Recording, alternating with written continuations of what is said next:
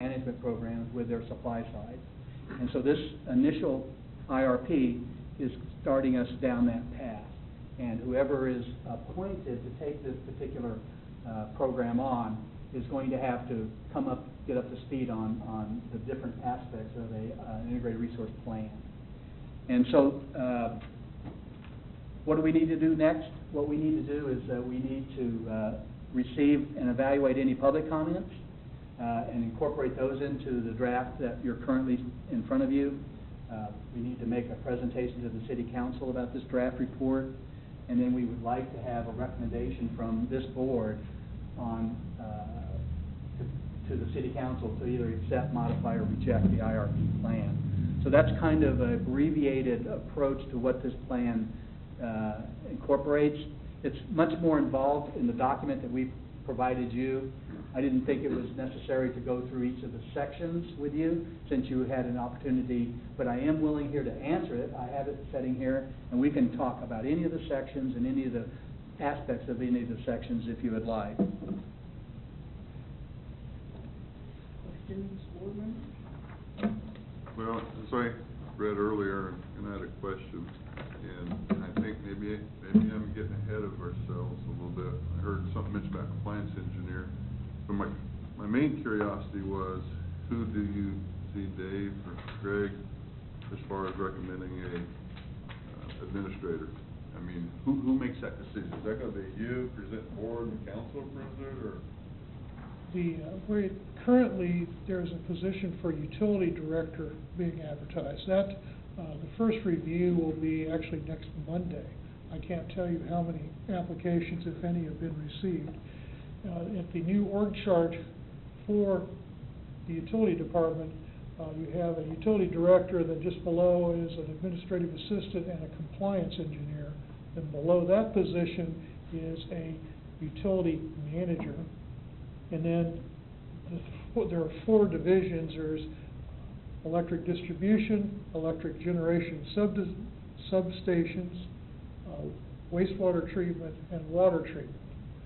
How it will ultimately shake out remains to be seen. Okay. What I would imagine is if you hire a utility director that's heavy on the electric side, then probably that other position will be heavy on the water sewer, or vice versa.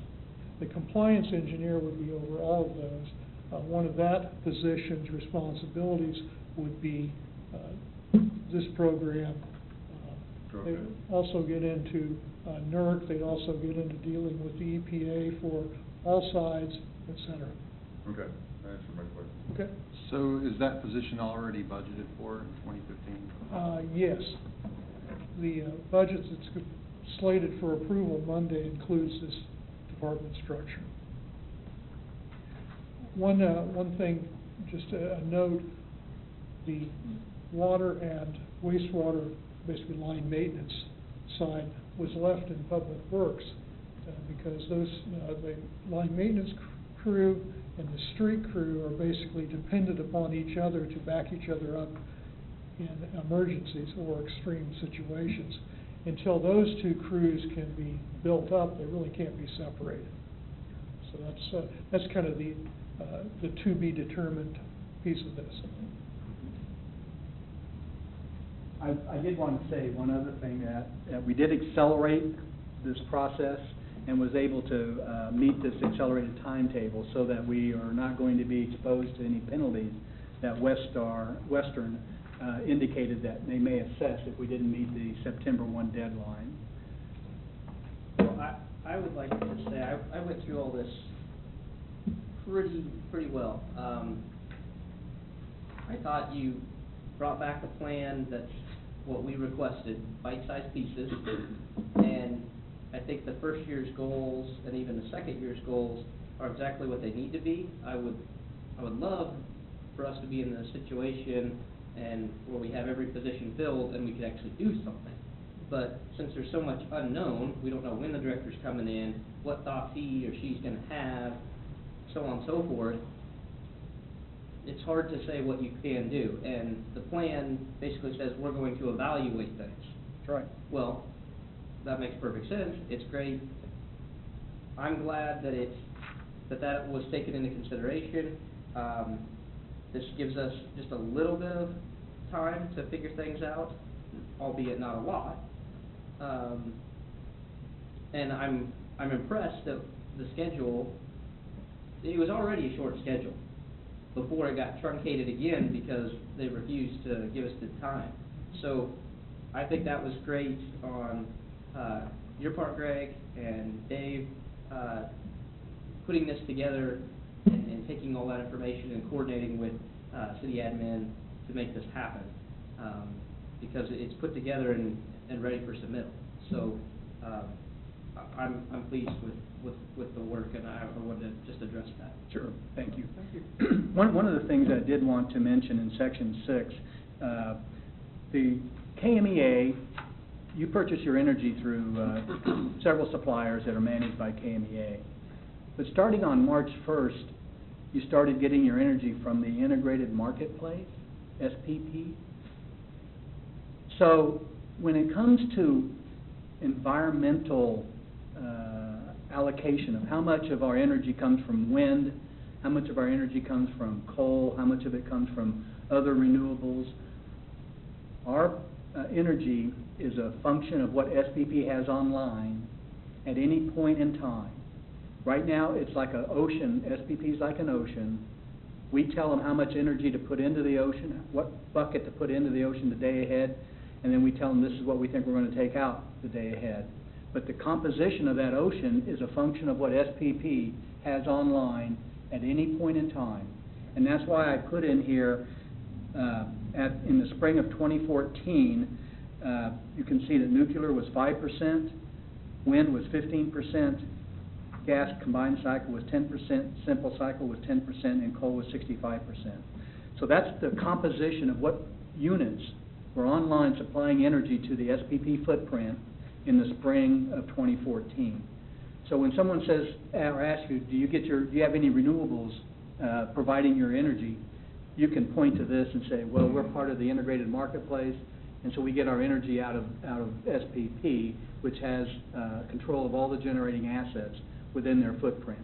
So in effect, whatever energies they're putting into the grid, you're pulling out in that same proportion, because energy flows where it goes. There's not you don't have a direct connection to your resource anymore. But I want to be cautious when you say that, because we're not getting the green credits. That's correct. Somebody owns the green credits. Yeah. We get the energy, but that's not necessarily technically renewable. That's right. Somebody else is getting the credits for that, but we're getting a proportion of our energy is predicated on renewables. The Western Hydro does meet that criteria. That's correct. For undertaking. That's correct. And I thought that was a good part that you added, but Western's very involved, delivering. They understand this process as well. But I thought it was good that you had it. Well, it's new. The integrated marketplace is new. It just started spring of 2014, and so therefore we're not. Everybody's on a learning curve on that right now. So does that mean SPP is the one telling EMP, one cities, when to do what? Yep. Okay. Yep. They also tell Westar, they tell KCP&L, That's what I they thought. tell OPPD, they tell everybody which units to come on and which ones to not come on. Right.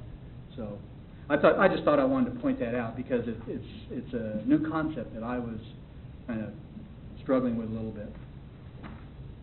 So anyway, that's I guess if we could determine whether or not they want to make a recommendation. And Any other questions, comments, board members? I'm impressed with the level of detail, and it looks like a really good initial 5-year plan. And I guess I'm supposed to. I guess I was assuming after having gone through this that there would be. This will be a living document, that it will be an ongoing process, and things will be added as we go, and then we'll have modified, changed, Right. Updated every year. You will submit a report to Western that will either modify, change, or update various sections. One of the 9 sections, explaining to them what we are taking out, what we're adding, and what we've done. And within all of that, I'm assuming that there'll be some very detailed measurement analysis steps that we have to undertake, or procedures that will be put in here that will be adhered to. Yes, in section 8, we talk about